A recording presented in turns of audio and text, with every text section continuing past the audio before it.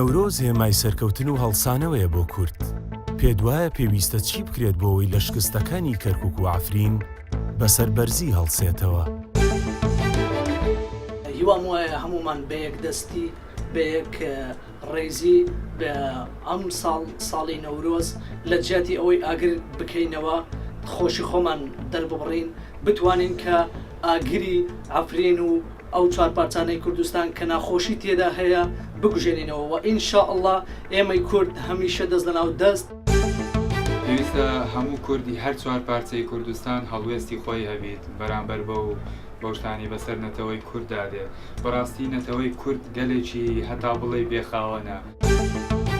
پێویستە یەکگربین تەبابین لەسەر هەموو ئاستی سیاسی و لانی کۆمەڵاتی بۆ ئەوەی بەسەر ئەو ناخۆشیانە کە بەسەر میلەتی کوردە هاتیە سەرکەوێت. سپاسان دەکەم بە هیوای سەرکەوتووی بۆ میلەتی کورد.